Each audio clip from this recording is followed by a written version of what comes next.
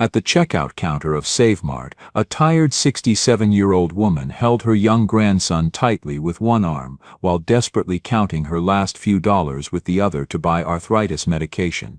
But no matter how many times she counted, she was still $4 short. Just as she reluctantly prepared to put the bottle back, a wealthy man stepped forward and offered to cover the difference. However, out of pride, she firmly refused his help. What she didn't know was that this moment wasn't just an awkward encounter, it was the beginning of a connection that would change her life forever. Before we dive in, where are you from? Drop a comment below and tell me, and don't forget to hype and subscribe for more heartwarming stories every day. The fluorescent lights of SaveMart hummed overhead, casting their harsh glow across the Saturday afternoon shoppers in downtown Seattle. Dorothy Williams, a 67-year-old black woman, stood in line at Register 5, her arthritic fingers clutching a bottle of prescription-strength joint pain medication. Her grandson, 3-year-old Marcus, sat in the shopping cart, his wide brown eyes watching his grandmother count crumpled bills for the third time. Dorothy had raised Marcus since her daughter Keisha died in a car accident 18 months ago. At an age when she should have been enjoying retirement, she was instead navigating the impossible mathematics of fixed-income survival, Social Security checks that never quite stretched far enough, medications she needed versus formula her grandson required.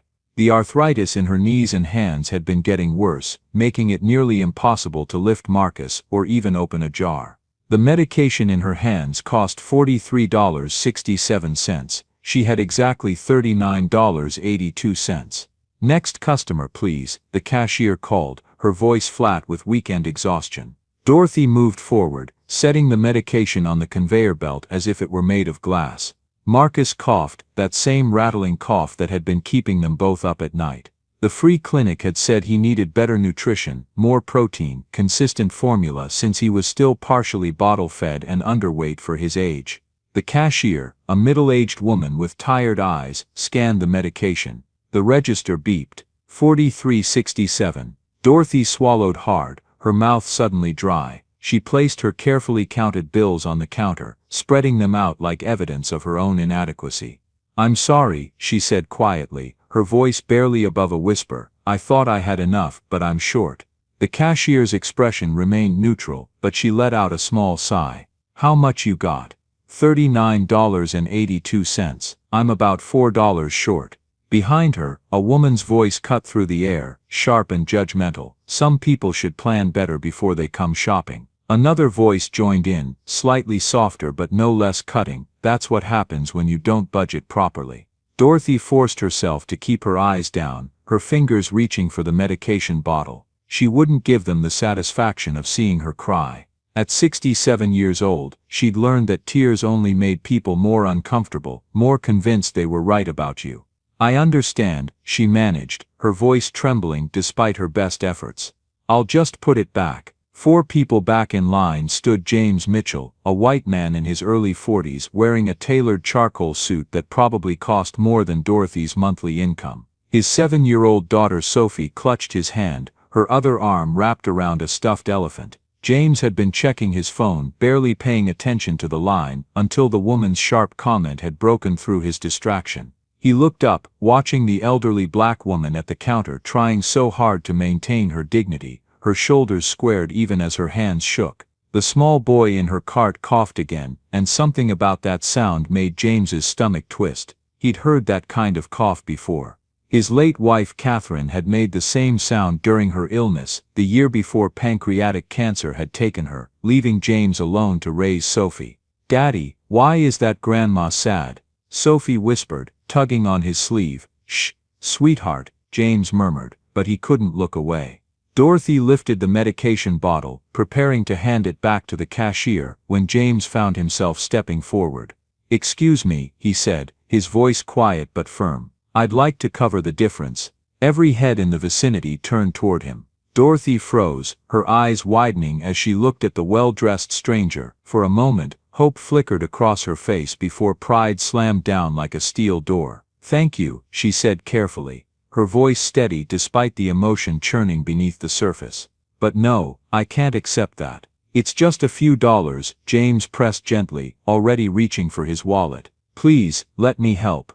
Dorothy's jaw tightened. She understood what he saw when he looked at her, a charity case, someone who needed saving. She'd spent her entire life fighting against that narrative, refusing to be reduced to her circumstances. I appreciate the offer, she said, her voice firmer now, but I'll manage on my own. The cashier looked between them, clearly uncomfortable with the standoff happening at her register. Ma'am, if the gentleman wants to, I said no. Dorothy's voice was sharper now, embarrassment mixing with frustration. She pulled the medication away from the counter completely. I'm sorry for holding up the line. She turned Marcus still balanced in the cart, and walked away from the register with her head held high. Her knees screamed with every step, but she kept moving, weaving through the aisles toward the exit. Behind her, she could hear the murmur of voices resuming, people already moving on to their own concerns. James stood there, wallet in hand, feeling like he'd somehow made everything worse. The cashier was already scanning his items, Sophie looking up at him with confusion in her blue eyes. Why didn't she want your help, Daddy?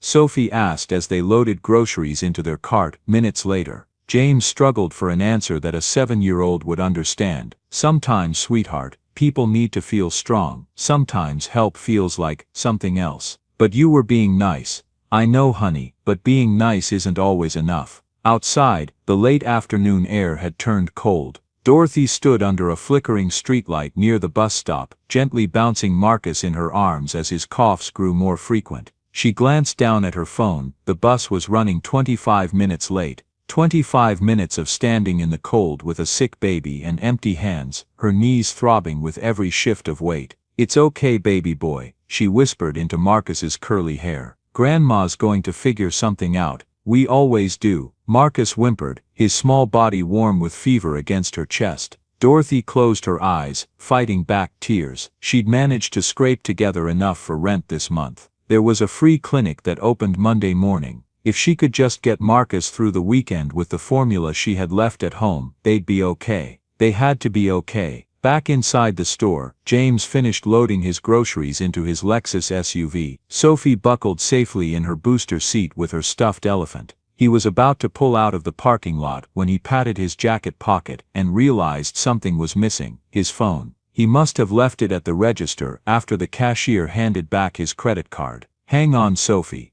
Daddy forgot something. He jogged back into the store, retrieving his phone from the patient cashier who'd set it aside. As he walked back out, he spotted the elderly woman from earlier still standing at the bus stop. The wind had picked up, and she was trying to shield her grandson from the cold, her own body shaking with more than just the weather. James hesitated. Every instinct told him to offer help again, but he remembered how his first attempt had been received. Still, watching her struggle alone in the growing darkness made something ache in his chest that had nothing to do with sympathy and everything to do with recognizing real suffering. He walked toward her slowly, stopping a respectful distance away. The bus running late? He asked, keeping his voice casual. Dorothy glanced over, recognizing him immediately. Her expression shifted to guarded politeness. Yes, should be here soon. Can I offer you a ride? No strings attached, just a ride. She shook her head, a small smile on her lips that didn't reach her eyes. Thank you, but we're fine waiting.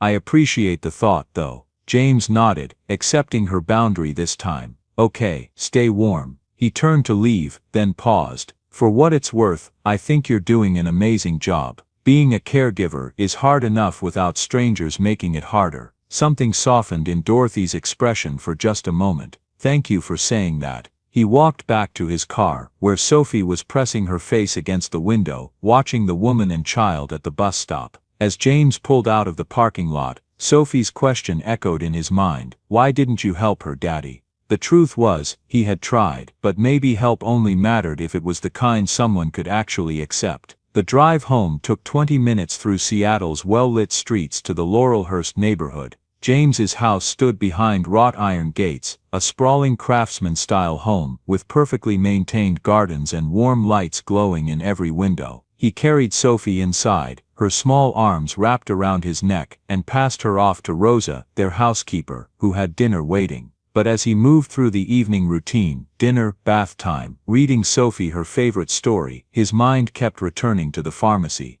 to the woman's trembling hands and fierce pride, to that awful cough from her grandson that sounded too familiar. After Sophie fell asleep, James stood in his home office, staring out at the city lights below. Catherine's photo sat on the desk, her smile frozen in time from before the illness had ravaged her body. They'd had all the money in the world, access to the best doctors and treatments, but it hadn't been enough. Catherine had died anyway, leaving him and Sophie alone. What was the point of wealth if you couldn't use it to stop suffering? But the elderly woman at the store had made it clear she didn't want his money. She wanted something he couldn't give: respect without pity, recognition without charity. Meanwhile, across town in the Rainier Valley neighborhood, Dorothy finally made it home. The bus had eventually arrived, and she'd carried Marcus up 2 flights of stairs because the elevator in her building was broken again. Inside their small apartment with peeling linoleum and a persistent leak under the kitchen sink, she mixed the last few ounces of formula powder with water, stretching it by adding more water than recommended. Marcus drank hungrily, his small body still fevered and shaking with occasional coughs. Dorothy held him close, rocking him in the worn armchair that was one of the few pieces of furniture in their sparse living room. "Just one more night, baby," she whispered, her voice breaking.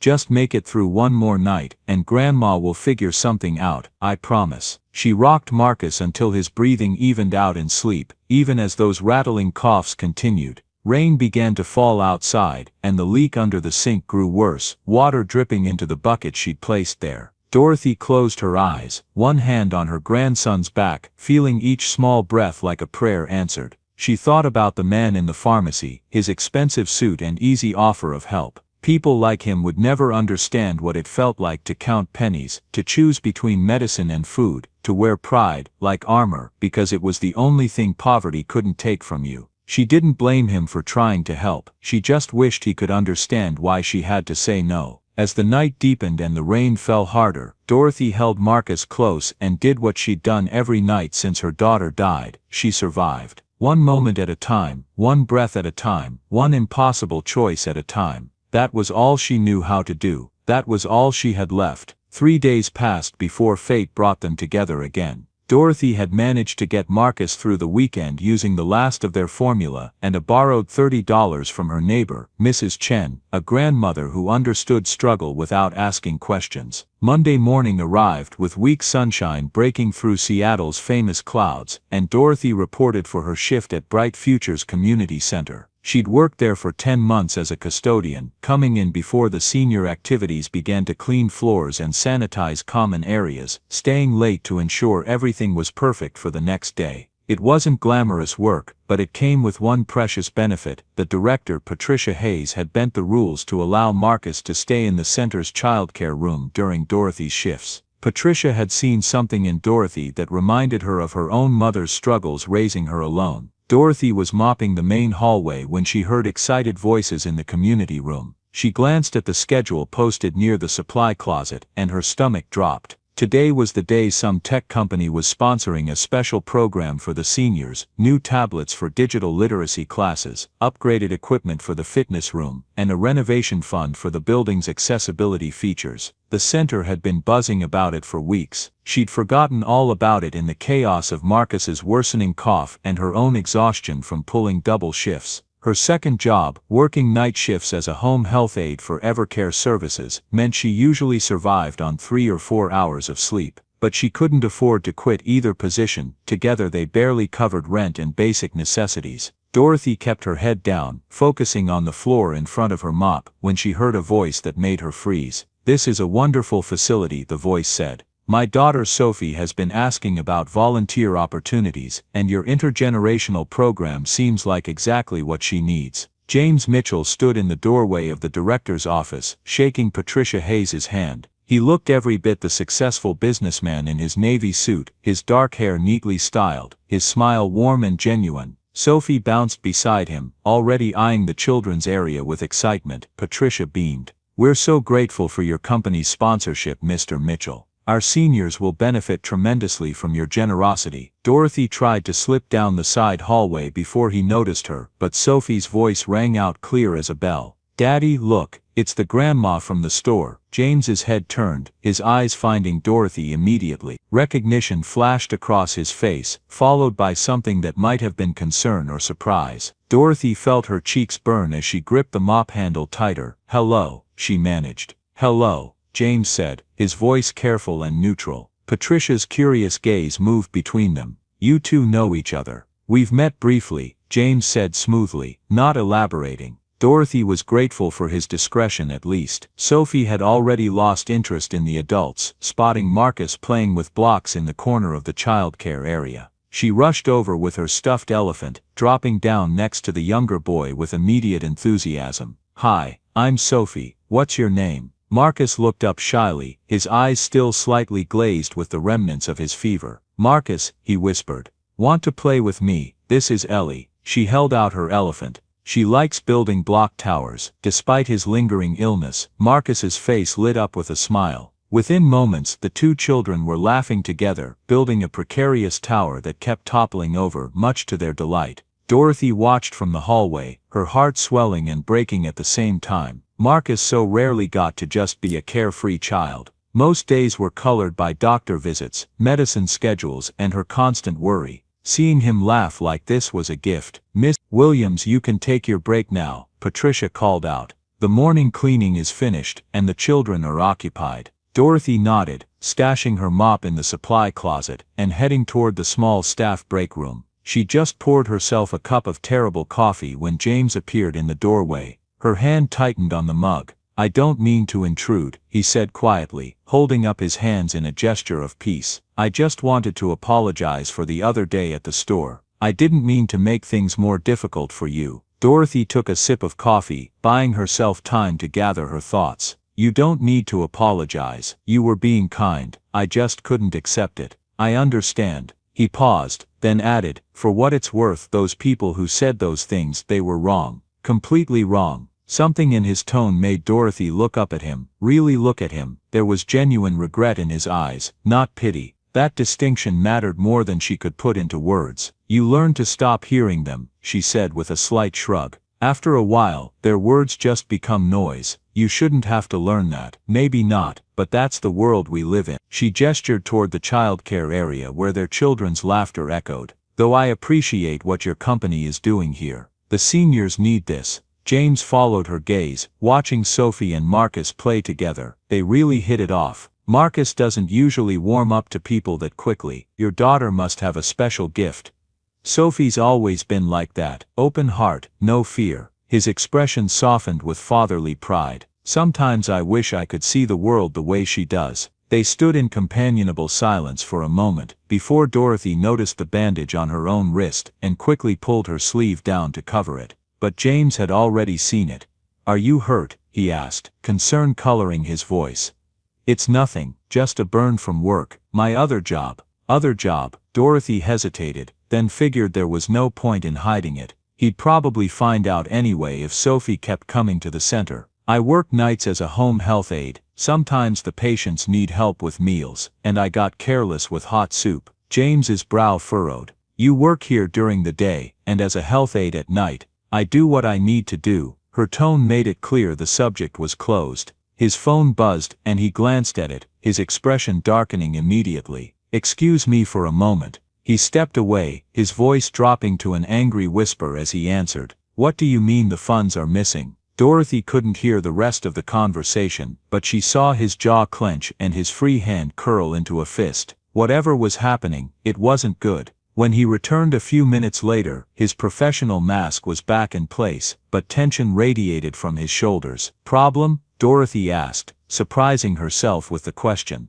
"One of my executives apparently thought company money was his personal fund. Money meant for programs like this one." He gestured around the center with frustration. "I have to go deal with it, but I wanted to say, if there's ever anything you need, anything at all, please don't hesitate to ask." Dorothy almost smiled at that, as if she would ever ask him for anything. But something about his obvious distress over stolen charity money made her reconsider her first impression of him. Maybe he actually cared about more than just writing checks to feel good about himself. "Actually," she said slowly, There is something, the ramp outside, the one leading to the main entrance, it's cracked and dangerous for the seniors with walkers. If your company could fix that, it would mean a lot. James looked surprised that she'd actually requested something, even if it wasn't for herself. Consider it done. I'll have a crew out here this week. Thank you. He nodded and went to collect Sophie, who protested loudly about having to leave her new friend.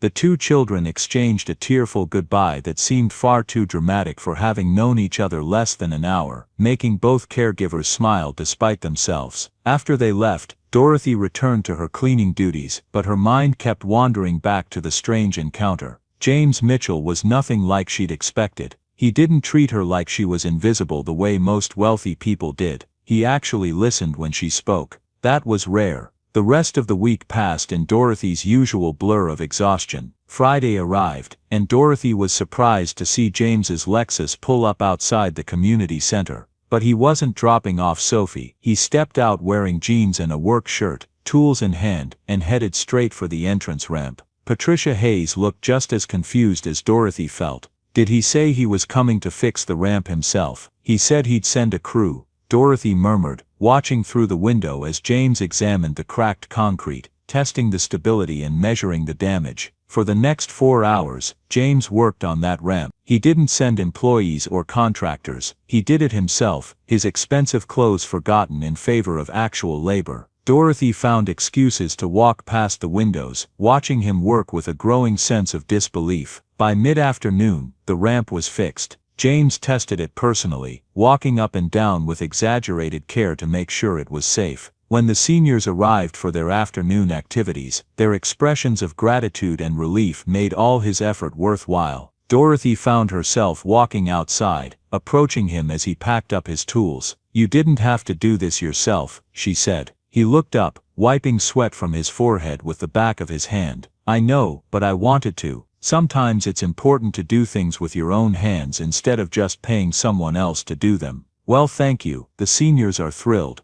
"Good, that's what matters." He stood shouldering his toolbox. "How's Marcus doing?" He seemed a bit under the weather earlier this week. "He's managing. We have a doctor's appointment next week." James nodded, and Dorothy could see him biting back questions he wanted to ask, but knew better than to voice. She appreciated his restraint, even as part of her wished she could tell someone just how scared she really was about Marcus's worsening symptoms. As if summoned by their conversation, Marcus ran over, his small arms wrapping around Dorothy's legs. "Grandma, I played blocks. I saw baby. You built such a tall tower."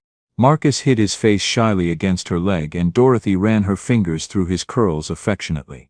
The moment felt strangely normal, like they were just two caregivers watching their kids play rather than two people from completely different worlds. That night, lying awake in the darkness with Marcus sleeping beside her, Dorothy made a decision she'd been avoiding for months. She pulled out her phone and opened the crowdfunding page she'd created in desperation almost a year ago. The page showed $1,247 raised toward a $35,000 goal for Marcus's medical needs. It might as well have been $1 million for all the good it did. With shaking fingers she typed an update: "Marcus's condition requires ongoing treatment. Any help appreciated. God bless." She hit post before she could talk herself out of it. Then immediately felt sick with shame. Begging strangers on the internet. This was what her life had become. 3 days later, James made his move. He'd thought it through carefully, or so he believed. He would donate anonymously to the fundraiser using one of his company's subsidiary accounts. No connection to him. No way for her to refuse. The money would simply appear and Marcus would get the treatment he needed. Using Mitchell Enterprises' charitable foundation account, he transferred $33,000 to the fundraiser, bringing it to just over the goal. Enough to cover immediate treatment needs, but not so much that it looked suspicious. He felt satisfied with his cleverness as he confirmed the transaction. Dorothy was at work when her phone started buzzing incessantly. Text notifications, email alerts. She pulled it out confused and her heart nearly stopped. The fundraiser page showed a massive donation from something called Pacific Northwest Medical Initiative, $33,000. Her hands went numb. This couldn't be real. It had to be a mistake, or worse, a scam. She'd heard stories about fake donations that disappeared once you tried to withdraw them. Panic flooded through her as she called the crowdfunding platform's helpline, demanding to know if the donation was legitimate. "We're investigating, ma'am," the representative said. "Large anonymous donations can sometimes be fraudulent. We've temporarily frozen your account until we verify the source." "Frozen, but my grandson needs treatment." "It's for your protection, ma'am. We'll resolve this as quickly as possible." Dorothy hung up, her mind racing. Who would do this? And why? The donation had come from a medical initiative she'd never heard of. She searched the name online, finding nothing. No website, no records, nothing. That's when the truth started to dawn on her, cold and horrifying. This wasn't random charity. Someone had done this deliberately. Someone with money to throw around and no understanding of what it felt like to be on the receiving end. She thought of James Mitchell, his expensive suits, his offers to help, his daughter who'd befriended Marcus. Her stomach twisted with anger and humiliation. It had to be him. Who else would have known about the fundraiser? Who else would have been foolish enough to think a massive anonymous donation wouldn't raise red flags? Within an hour, Dorothy had traced the donation's routing information through a contact at the bank where she'd tried to get a small loan months ago. The trail led back to Mitchell Enterprises. Her suspicions confirmed, rage replaced panic. She left work early, telling Patricia she had an emergency, and took 2 buses downtown to the gleaming tower that housed James's company. She'd never been inside a building like this, all glass and steel and the hushed sound of wealth. The security guard tried to stop her, but she pushed past with such fury that he actually stepped back. "I need to see James Mitchell, now. Do you have an appointment? Tell him Dorothy Williams is here. Trust me, he'll see me." Something in her voice must have convinced the guard, because he made a call. Minutes later, Dorothy was being escorted to an elevator that required a key card to access the executive floors. Her anger built with each floor they climbed. James's office was massive, with floor-to-ceiling windows overlooking Elliott Bay. He stood when she entered, his expression shifting from surprise to concern. "Dorothy, why would you humiliate me like that?" Her voice shook with barely controlled rage. "Do you have any idea what you've done? I was trying to help by making me look like a fraud. The fundraiser platform thinks it's a scam. They froze the entire account. My grandson needs treatment, and now I can't access any of it because you decided to play God." James's face drained of color. "They froze it? I didn't know that would happen." "Of course you didn't know. You think money fixes everything. You think you can just throw cash at problems and make them disappear. Some of us want more than your pity. Some of us want respect." Her words hit him like physical blows. "I do respect you. That's why I tried to do it anonymously, so you wouldn't feel what? Indebted? Humiliated, like a charity case?" Dorothy's eyes burned with unshed tears. "You saw me at my lowest moment and decided I needed saving. But I don't need a savior. I need people to see me as a human being trying to survive, not a project to make you feel better about your wealth." James stood silent, absorbing her fury. And something in his stillness made Dorothy pause. She saw pain flash across his face, real deep pain that had nothing to do with her anger. "My wife had a similar condition," he said quietly. "Similar to what Marcus has. Catherine died 4 years ago, before Sophie turned 4. I had all the money in the world, access to every specialist and experimental treatment available, and it wasn't enough. I couldn't save her." His voice cracked slightly. "When I saw Marcus, heard that cough, I recognized it immediately. And I thought maybe, just maybe, I could do for your grandson what I failed to do for my wife." The air between them shifted. Dorothy's anger didn't disappear, but it transformed into something more complicated, a mix of fury and sympathy and exhaustion. "I'm sorry about your wife," she said, her voice softer but still firm. "Truly. But that doesn't give you the right to make decisions about my life or my grandson's care. You're absolutely right, I overstepped. I should have asked. I should have respected your boundaries." James moved around his desk, maintaining a careful distance. "Let me fix this. I'll call the platform, verify everything legally, get the account unfrozen. And then we handle this properly. Officially, not as charity but as a loan if that's what you prefer. We draw up legal paperwork. You pay it back on whatever terms make sense or don't if circumstances don't allow. But everything above board. Everything documented. Everything on your terms." Dorothy studied his face, searching for condescension or pity. She found only sincerity and regret. Her shoulders sagged with exhaustion. "Why do you care so much? You don't know us." "Because I've been where you are. Different circumstances but the same helplessness." The same rage at a world that takes the people we love and doesn't care about our suffering. If I can prevent that for someone else, then maybe Catherine's death meant something. The office fell silent, except for the muffled sounds of the city below. Dorothy closed her eyes, feeling the weight of too many sleepless nights, too many impossible choices, too much pride struggling against too much need. Okay, she whispered finally. Handle the paperwork, make it legal, make it a loan, but I want everything in writing. Terms, conditions, repayment schedule. Everything. James nodded, relief evident on his face. Absolutely, I'll have my lawyers draw it up. Fair terms, no tricks. And one more thing, Dorothy said, meeting his eyes. Stop trying to save me. If you want to help, then treat me like a partner, not a victim. Agreed. He extended his hand. After a moment's hesitation, Dorothy shook it. She left his office feeling drained but also strangely lighter. The anger had burned away some of the shame she'd been carrying. And James's revelation about his wife had shifted her understanding of his motives. Maybe he wasn't just a rich man playing charity games. Maybe he was a father, a widower, who understood loss and wanted to prevent it.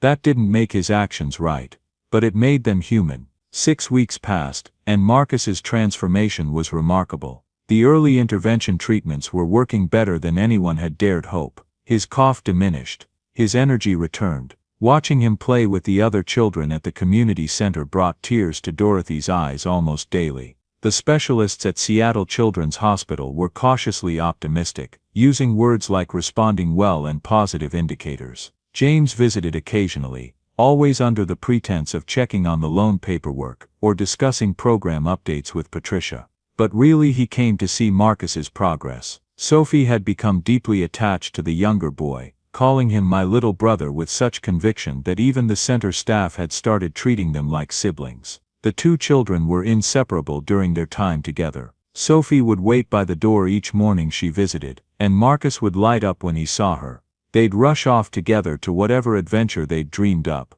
Tea parties, block cities, elaborate pretend games where they were explorers or superheroes. Dorothy found herself softening toward James, despite her best efforts to maintain professional distance. He'd kept his word about the loan. The paperwork was fair, the terms generous but not suspiciously so, and he treated her with respect rather than pity. Slowly, carefully, something like friendship began to form between them. But the world wasn't content to let them exist in peace. It started with a photograph. James's company had a PR team that monitored his public appearances and social media presence. Usually this meant managing corporate announcements and charity events. But when Monica Chen, a junior PR assistant, saw her boss leaving the hospital with an older black woman who wasn't a doctor or nurse, she didn't think about innocent explanations. She thought about gossip, and gossip had value. She snapped a photo on her phone.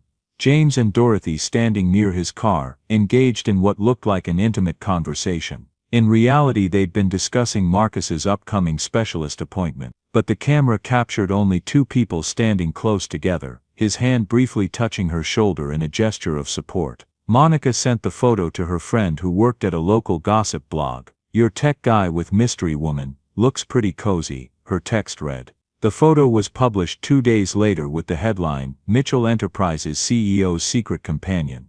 The article was pure speculation. No names, no real details. But it was enough to set wheels in motion. Within 24 hours, someone had identified Dorothy from the community center where James's daughter volunteered. By the end of the week, her name was public knowledge, along with the fact that she was a custodian raising her grandson on minimum wage. The second wave of headlines was worse. Mitchell's new love, senior citizen decades older. The articles painted Dorothy as either a gold digger or a victim, depending on the publication's angle. Neither portrayal had anything to do with reality. Dorothy first learned about it when other staff members at the community center started whispering and staring. Then Patricia called her into the office, looking deeply uncomfortable. "Dorothy, I need to talk to you about something delicate." Dorothy's stomach dropped. "What's wrong?"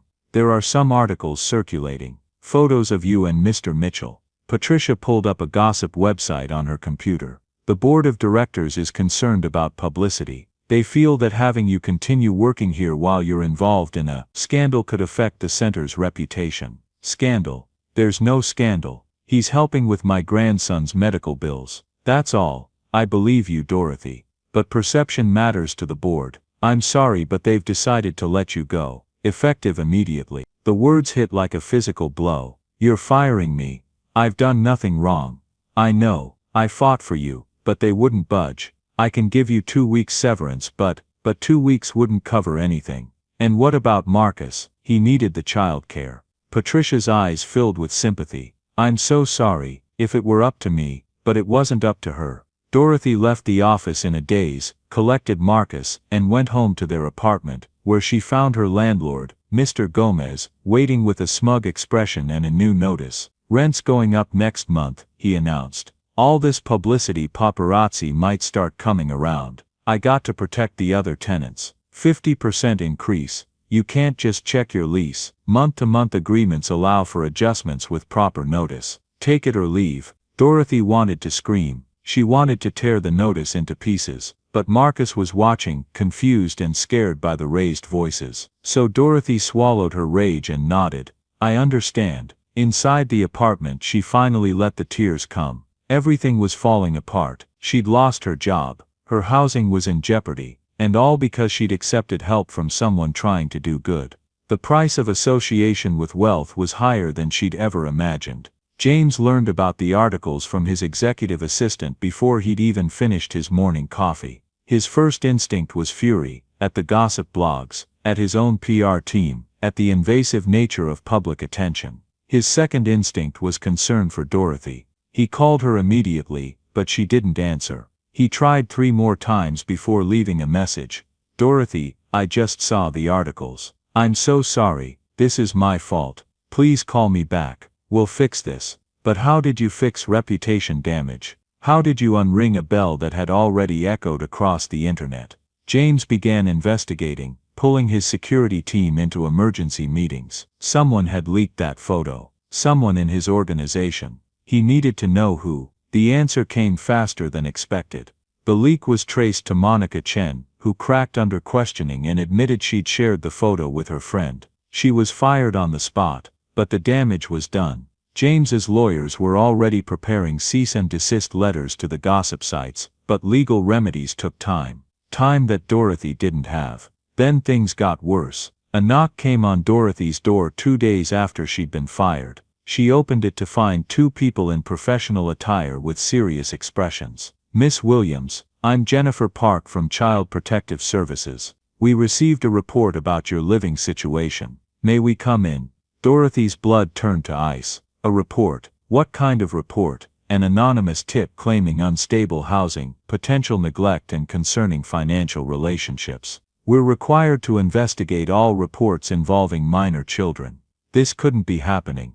Dorothy let them in, her mind reeling. They looked around the apartment, noting the cramped space, the aging appliances, the worn-down everything. They asked invasive questions about her finances, her work history, her relationship with James. They examined Marcus, checking for signs of neglect or abuse. After an hour that felt like eternity, they left with warnings about housing code violations and instructions to follow up in 2 weeks. They didn't take Marcus, but the threat hung in the air like poison. Someone was actively trying to destroy her life. Someone who knew enough details to weaponize CPS against her.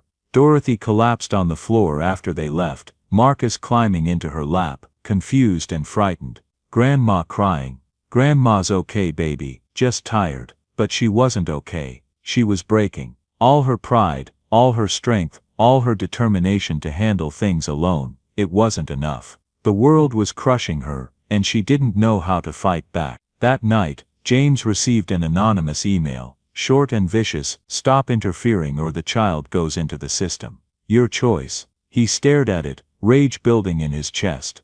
This wasn't random cruelty. This was orchestrated. Someone was targeting Dorothy specifically, using her vulnerability against her. And he had a sinking suspicion who. Victoria Sterling. His ex-fiancée. A woman who'd never accepted their breakup, who'd been trying to worm her way back into his life for years. She had the connections, the vindictiveness, and the resources to make this happen. And if he was right, things were about to get much worse before they got better. Against his lawyer's advice, James decided to go public. He scheduled a press conference, drafted a statement with his communications team, and prepared to tell the truth. No more hiding, no more allowing speculation to destroy an innocent woman's life. If transparency was the only weapon he had, then he'd use it. The press conference was scheduled for the following week. James stood before cameras and reporters, his expression serious and controlled. "I'm here to address recent speculation about my personal life and my relationship with Dorothy Williams. The truth is simple. Miss Williams's grandson has ongoing medical needs that require expensive treatment. Through my foundation, I established a medical assistance program to help cover those costs. Our relationship is professional and philanthropic, nothing more." He detailed the program structure, showed legal documentation, and answered every question with patience and clarity. The media seemed satisfied initially, but then the narrative shifted again. Instead of painting it as scandal, they painted it as tragedy. Elderly grandmother, wealthy savior. The story of inequality and charity. People started praising James while pitying Dorothy, which somehow felt worse. Donations poured into Marcus's fundraiser from strangers moved by the story. Within days it had tripled the original goal. The internet loved a redemption narrative, especially one involving a sick kid and a handsome widower. But Dorothy watched it all with growing bitterness. "I don't need their sympathy," she told James when he called to share the good news about the donations. "I needed their respect, their humanity, not their pity after the fact. I know, I'm sorry, I was trying to help. I know you were. But sometimes helping just makes things worse." That night, Dorothy's phone buzzed with a text from an unknown number. "You don't know who you're dealing with. Stay away from him or you'll lose everything that matters." She stared at the message, fear crawling up her spine. Through her apartment window, she noticed a black sedan parked across the street, its headlights flickering once before going dark. Someone was watching. Someone wanted her afraid. And it was working. Dorothy stared at the threatening text message, her hands trembling. She wanted to respond, to demand answers, to fight back against this faceless threat. Instead she deleted the message with shaking fingers, as if erasing it from her phone could erase it from reality. But the car remained, a dark shadow in the streetlight's glow. "Grandma scared?" Marcus tugged at her sleeve. Dorothy forced a smile, kneeling down to his level. "No baby, Grandma's fine. Let's get you ready for bed, okay?" That night, Dorothy barely slept. Every sound in the hallway made her jump. Every car passing outside sent her heart racing. She kept Marcus close, one hand always touching him, as if physical contact could protect him from whatever threat lurked in the darkness. The black sedan appeared again 2 nights later. Dorothy had just returned from a job interview at a different care facility, desperate to replace her lost position. She stepped off the bus with Marcus in her arms and immediately noticed the vehicle idling near her building. When she approached, its headlights flickered once, a deliberate signal. Then the car pulled away slowly, as if making sure she understood she was being watched. Terror flooded through her. This wasn't random. Someone was following her, tracking her movements, sending a message. What Dorothy didn't know was that James's security team had already noticed the surveillance. Daniel Torres, head of Mitchell Enterprises Security, had been monitoring threats against James since the media scandal broke. When his team spotted the black sedan tailing Dorothy, they began their own counter-surveillance operation. "Mr. Mitchell, we have a situation," Daniel reported during an emergency meeting in James's office. "Someone's actively stalking Miss Williams. Professional job, too. They're careful, but not careful enough." James's jaw clenched. "Can you identify them?" "Working on it. We've got the license plate. Running it now. But sir, this level of operation, it's expensive. Someone with resources is behind this." "Victoria," James said, the name bitter on his tongue. "That would be my guess. She has the money and the motive. Double the security on Miss Williams's building. I want someone watching her apartment 24/7, and I want to know everything about that car, and who's driving it."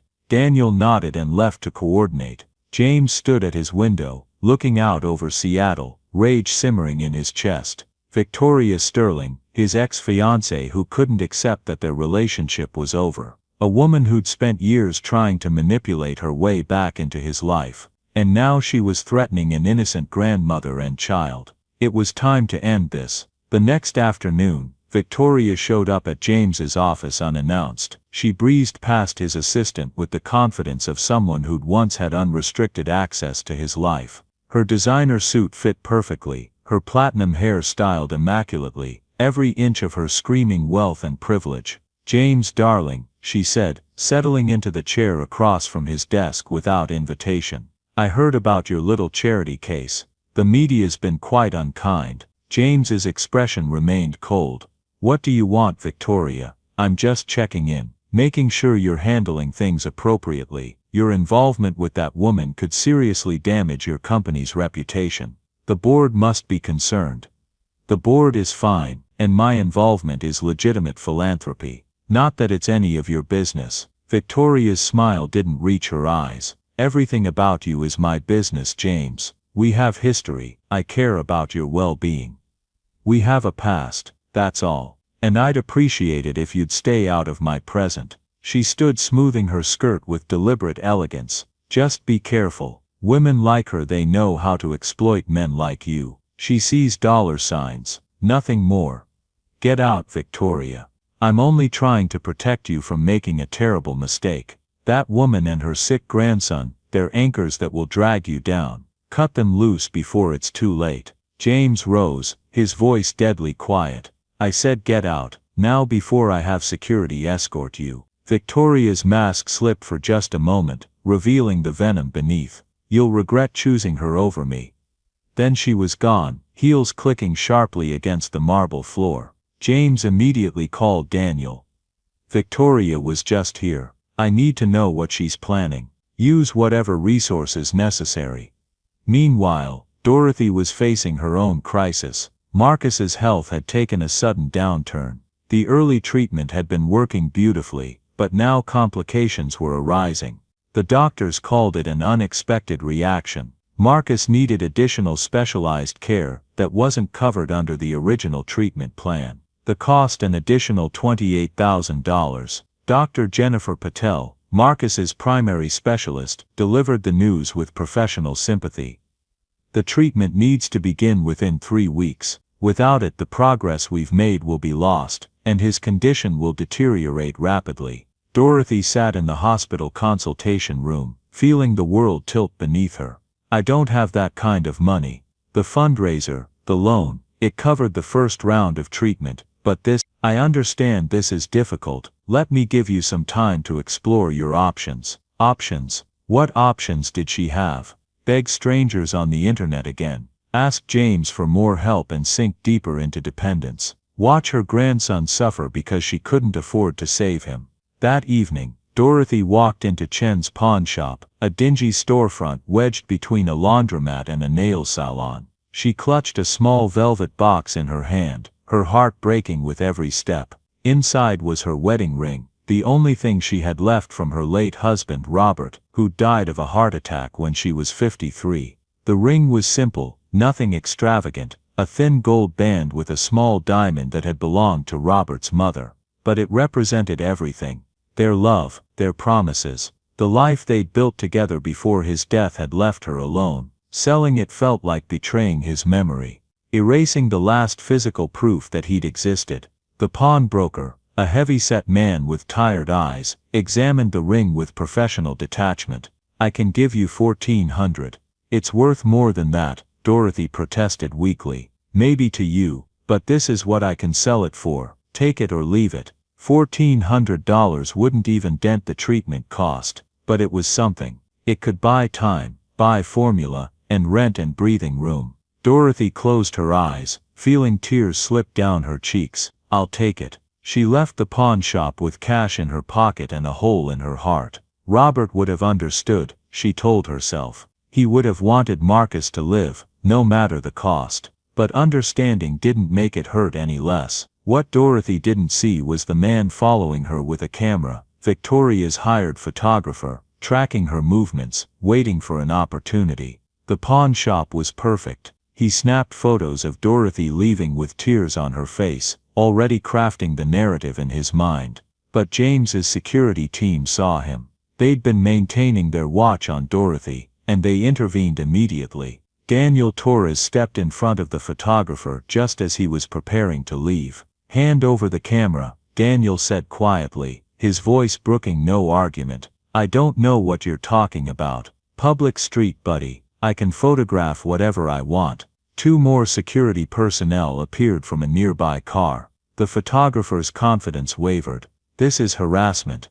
"No, this is a warning. Delete the photos, all of them, and tell whoever hired you that their games are over." The photographer hesitated, then grudgingly deleted the images. But he'd already sent a message to his contact, Victoria, that someone was protecting the woman. That would tell her everything she needed to know. The next morning, tabloid headlines exploded anyway. Mitchell's mystery woman at pawn shop, cashing in. The article speculated that Dorothy had been pawning jewelry James had given her, painting her as someone who'd squeezed him for money, and was now liquidating the evidence. None of it was true, but truth didn't matter in the court of public opinion. James saw the headlines before breakfast. Fury detonated in his chest like a bomb. He knew exactly who was behind this. "Cancel my morning meetings," he told his assistant. "I have something urgent to handle." 20 minutes later, James stormed into Victoria's office building, a sleek high-rise in downtown Seattle where she worked as a venture capital consultant. He bypassed security with the authority of someone who'd once had legitimate access, taking the elevator to the 23rd floor. Victoria's assistant tried to stop him. "Mr. Mitchell, you can't just," but he was already pushing through Victoria's office door, slamming that morning's newspaper on her pristine glass desk.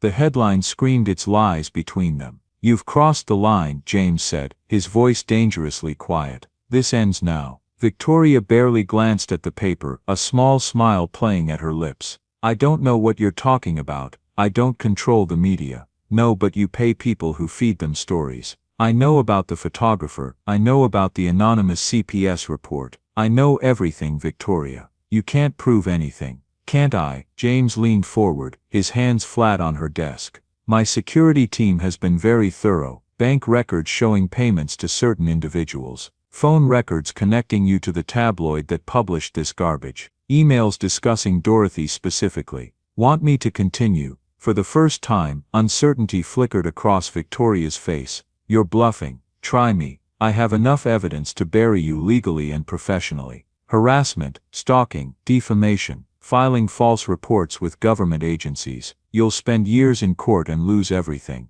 Victoria stood, her composure cracking. "You're choosing her over me, that pathetic old woman with her sick grandkid. I could have given you everything. She doesn't take from me, Victoria. She never asked for anything. You, on the other hand, have done nothing but try to control and manipulate me for years. I'm done. We're done. And if you come near Dorothy or Marcus again, I will destroy you." He left without waiting for a response, adrenaline pumping through his veins. Outside, he called his legal team. "File everything. Every piece of evidence we have against Victoria Sterling. I want charges pressed within 48 hours. The legal machine moved swiftly once James unleashed it. By that evening, Victoria Sterling received notice of multiple lawsuits, defamation, harassment, conspiracy to commit fraud through the false CPS report. James's lawyers had built an airtight case using evidence collected over weeks of investigation. But lawsuits took time, and time was something Dorothy didn't have.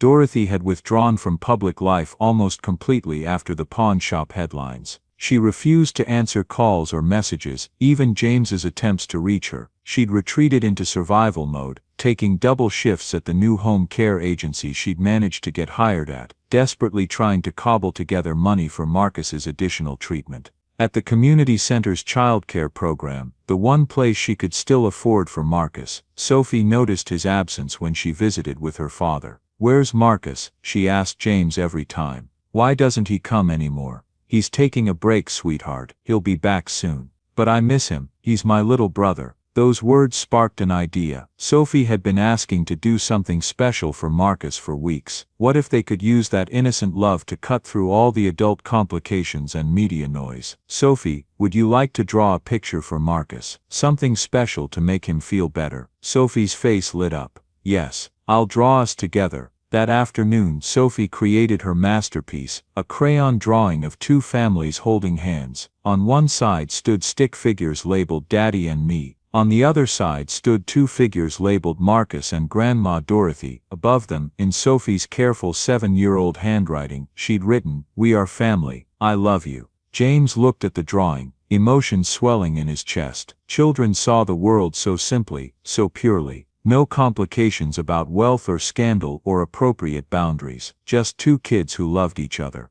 "This is beautiful, Sophie. Should we mail it to Marcus?" "Yes. And can we add a letter?" Together they crafted a short message. James wrote what Sophie dictated. "Dear Marcus, I miss you. You're my little brother forever. Love, Sophie." He mailed it that evening, hoping it would reach through Dorothy's walls of protection and remind her that some connections were worth fighting for. 3 days later, Dorothy stood in her apartment, holding Sophie's letter and drawing. Marcus had been delighted when it arrived, carrying the picture everywhere, telling everyone his sister had sent it. Watching her grandson's joy, Dorothy felt something crack inside her chest, the hard shell of pride and fear and defensive anger that she'd built to survive. These people, James and Sophie, they weren't her enemies, they weren't using her, they genuinely cared, in their own complicated way. And maybe she'd been so focused on protecting her dignity that she'd forgotten how to accept simple kindness. She picked up her phone and for the first time in 2 weeks called James back. "Dorothy," he answered immediately, relief evident in his voice. "Are you okay?" "No," she admitted quietly. "But I received Sophie's drawing, thank you. That was all her idea. She misses Marcus terribly. Marcus misses her too." Dorothy took a deep breath. "James, I need to tell you something. Marcus needs additional treatment. $28,000. I've been trying to figure it out on my own, but I can't. I've tried everything. I sold," her voice broke. "I sold my wedding ring, and it wasn't nearly enough." Silence stretched between them before James spoke, his voice gentle. "Why didn't you tell me immediately?" "Because I'm tired of needing help. I'm tired of being the person who can't handle things alone." "Needing help doesn't make you weak, Dorothy, it makes you human." "Then I'm asking, officially, as your loan partner or charity case or whatever I need to be, please help me save my grandson. You never have to ask me twice when it comes to Marcus's health. Consider it handled. I'll pay you back, somehow. Even if it takes, we'll figure out the details later. Right now, let's focus on getting Marcus healthy." But James was already planning something bigger than just covering treatment costs. He'd been thinking about sustainable solutions, ways to help not just Dorothy, but every grandparent, every parent, every caregiver facing impossible medical choices. That evening, he called an emergency meeting with his foundation's board of directors. "I want to propose a new initiative," he announced. "A foundation specifically designed to help families afford critical medical care. We'll call it the Marcus and Sophie Foundation, named after two children who reminded me why wealth should be used for good." The board members exchanged glances. "That's quite ambitious, Mr. Mitchell. What kind of funding are we talking about?" "I'll personally endow it with $30 million to start, and I want Dorothy Williams as the community outreach director. She understands these struggles in ways none of us can. She's the voice these families need." One board member cleared his throat. "Given the recent publicity, is that wise? Hiring her might seem like what? Like treating her as the qualified, experienced advocate she is, like respecting her knowledge and perspective." "That's exactly what it should seem like, because that's exactly what it is." The board approved the proposal unanimously. James left the meeting energized, already planning the foundation's launch. But first he had to convince Dorothy to accept not just help, but partnership. He visited the community center the next morning, where Dorothy had come to pick up Marcus from the child care program. He presented his proposal, the foundation, its mission, and the job offer. Dorothy listened in stunned silence, Marcus playing quietly beside her. "I want you to lead this," James said. "Not as someone we're helping, but as someone who can help others. You know what these families need, because you've lived it. Your voice matters, Dorothy. Your experience matters. This isn't charity, it's recognition of expertise." Dorothy's eyes filled with tears. "I'm a custodian, James. I clean floors. I don't have fancy degrees. Or, you have something more valuable. You have wisdom earned through struggle. You have empathy that can't be taught in any classroom. And you have the courage to stand up and say, 'I need help,' which is harder than anything I've ever done." She was quiet for a long moment, watching Marcus play with his blocks. Then she looked up at James, her expression clear and determined. Okay, but I have conditions. Name them. We hire people who've been through this, not just professional social workers, but real people from real struggles, single parents, grandparents raising grandkids, people who understand what it's like to choose between medicine and rent. Agreed. And we never ever make people feel ashamed for needing help. No judgment, no hoops to jump through, just dignity and support. Absolutely. Then I'm in. 2 days later, Patricia Hayes called Dorothy with an apology and a job offer. The community center's board had reconsidered. They wanted her back, not as a custodian, but as the new family services coordinator. The position came with better pay, regular hours, and continued childcare for Marcus. Dorothy accepted, tears streaming down her face. For the first time in months she felt like maybe, just maybe, things might work out. James wasn't finished. He scheduled a charity event to launch the Marcus and Sophie Foundation, and he invited Dorothy to attend. She was reluctant. Public events still made her uncomfortable, memories of tabloid scandals and judgment lingering like ghosts. Trust me, James said. This time the narrative changes. This time you're not a victim or a scandal. You're a partner in something meaningful. The night of the charity event, Dorothy stood backstage at the Fairmont Olympic Hotel, wearing an elegant navy dress that Patricia had helped her find at a consignment shop. Her hands shook with nerves as she waited for her name to be called, surrounded by accomplished people who seemed to belong in this world of chandeliers and champagne in ways she never would. Then James was introducing her, his voice carrying across the hushed crowd. Tonight we honor a woman who showed me something I'd forgotten, that courage doesn't come from wealth or power. It comes from waking up every day to fight for the people you love, even when the world makes that fight impossibly hard. Dorothy Williams lost her daughter to tragedy, nearly lost her grandson to illness, and faced poverty and judgment with a dignity that humbled everyone who witnessed it. She didn't ask for rescue, she asked for respect, and in doing so she taught all of us what true strength looks like. Dorothy walked onto the stage to thunderous applause, the sound washing over her like a wave. The lights were bright, the crowd enormous, but she found her voice. A year ago I would have run from this room, she began. I would have seen all of you and felt like I didn't belong. But I've learned something important. Belonging isn't about wealth or status, it's about shared humanity. Every person in this room has struggled, has failed, has needed help. We're all the same in that way. I'm honored to be here, not because I'm special, but because my story is everyone's story.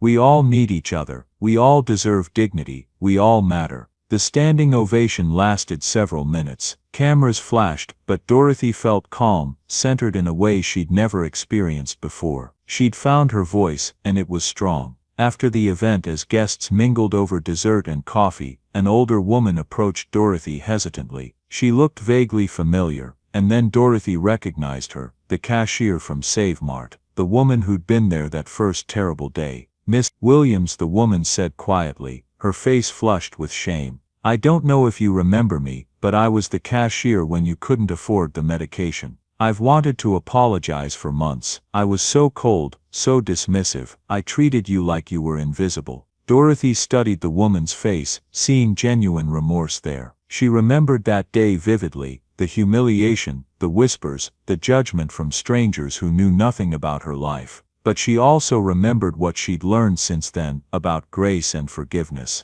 I remember, Dorothy said gently, but I also understand. You were tired, overworked, dealing with your own struggles. We all have moments we're not proud of. What matters is that you see it now, that you're here trying to make it right. The woman's eyes filled with tears. I see you now. I'm so sorry I didn't see you then. It's okay, truly I forgive you. They embraced briefly, two women acknowledging their shared humanity across the divide of that painful moment. When they separated, both were crying and smiling at the same time. The following months brought rapid changes. The Marcus and Sophie Foundation officially launched with the opening of its first Family Resource Center. The ceremony was massive, with dignitaries and donors and media coverage from national outlets. But the most important moment came when Dorothy cut the ribbon, Marcus standing beside her. Marcus, now 3.5 years old and healthy, looked up at his grandmother with huge curious eyes. Grandma, why is everyone clapping?